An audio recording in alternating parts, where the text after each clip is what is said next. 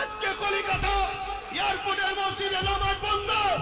যাও না কুন্দার বেটা যখন এয়ারপোর্ট বিমানবন্দরের ভেতরে যে মসজিদটা আছে সেই মসজিদটা ভাঙা হবে শুনছি। কেন? আমার প্রশ্ন কেন? কারণ আমি ছোট থেকে এখানেই বড় হয়েছি, এয়ারপোর্ট বিমানবন্দরের পাশেই আমার বাড়ি। আমি দেখেছি এই বিমানবন্দরের এই মসজিদের জন্য এই বিমানবন্দরের কোনো অসুবিধা হয়নি।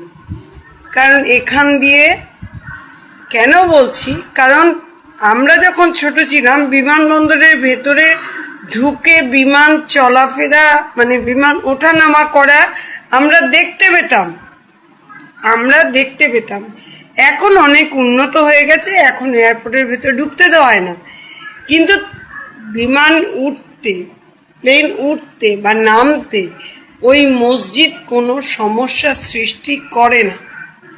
তবুও কেন এই বিমানবন্দরের ভেতরে থাকা মসজিদটাকে ভাঙার পরিকল্পনা চলছে? আমি এখন একটা কথা বলি যে এই বিমানবন্দরটা ভাঙা কি এতটাই জরুরি?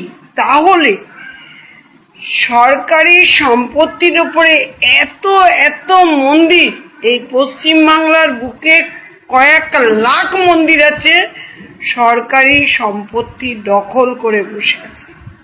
আমি হিন্দু হয়েই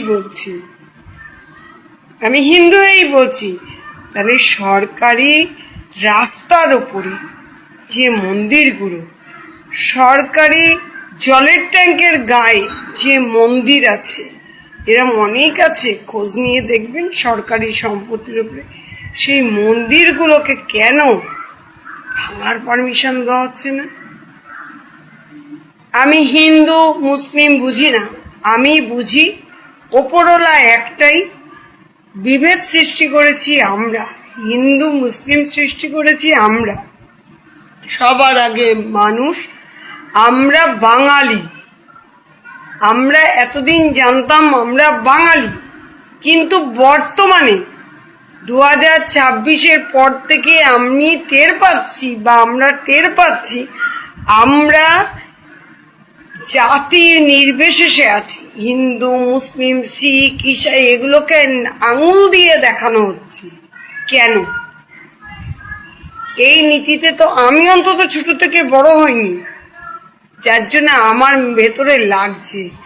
আমাদের ঘরে ছোট আমাদের ছেলেমেয়েরা বড় হয়েছে, আমাদের নাতি নাতিরা, এরা কি শিখবে? জাতির বিভাজন। এইটা থেকে একটু বিরত থাকলে হয় না?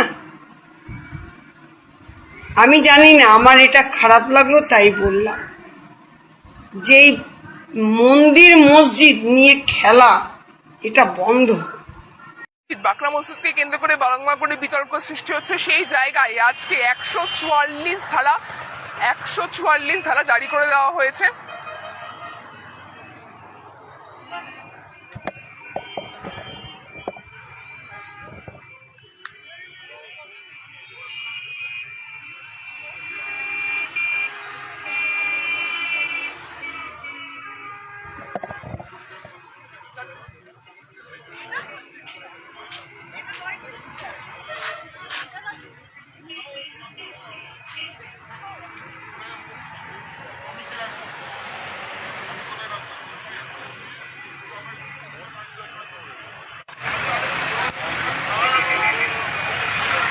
কেন্দ্রীয় বাহিনীর র্যাফ অর্থাৎ নিরাপত্তার ক্ষেত্রে কিন্তু একেবারে বজ্র আটুনি, কড়া নিরাপত্তায় মুড়ে ফেলা হয়েছে এই এয়ারপোর্ট চত্বর।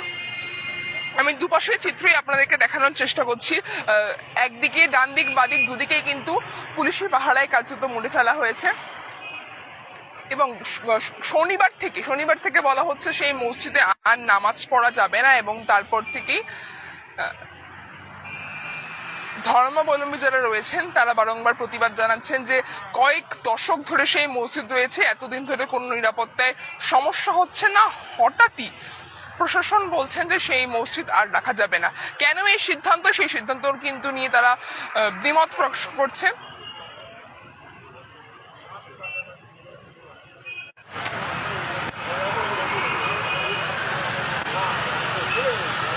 সামনের দিকে চলুন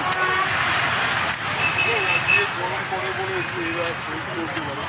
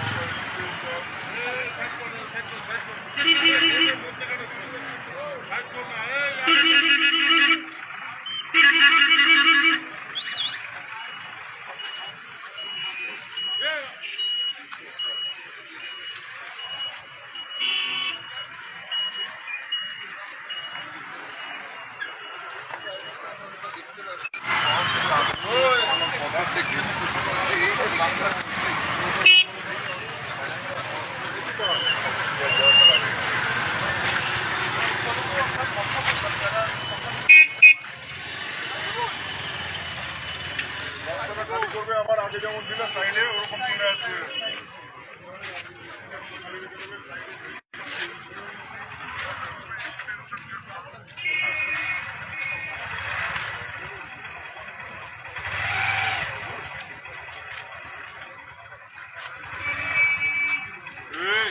চলো অনেকক্ষণ দাঁড়িয়ে আছো চলো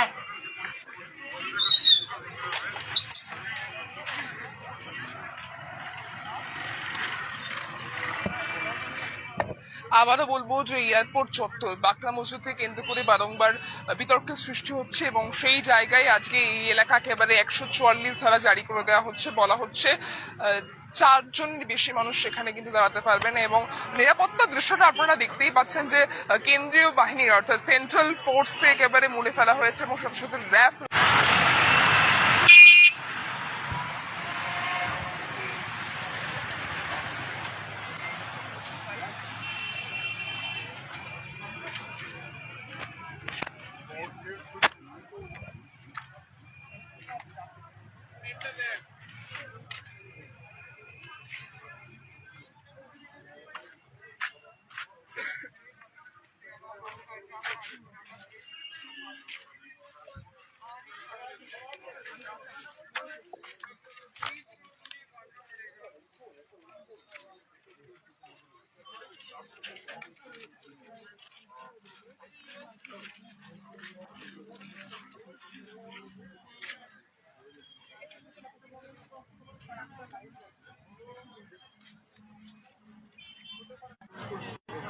क्या किए भाई आप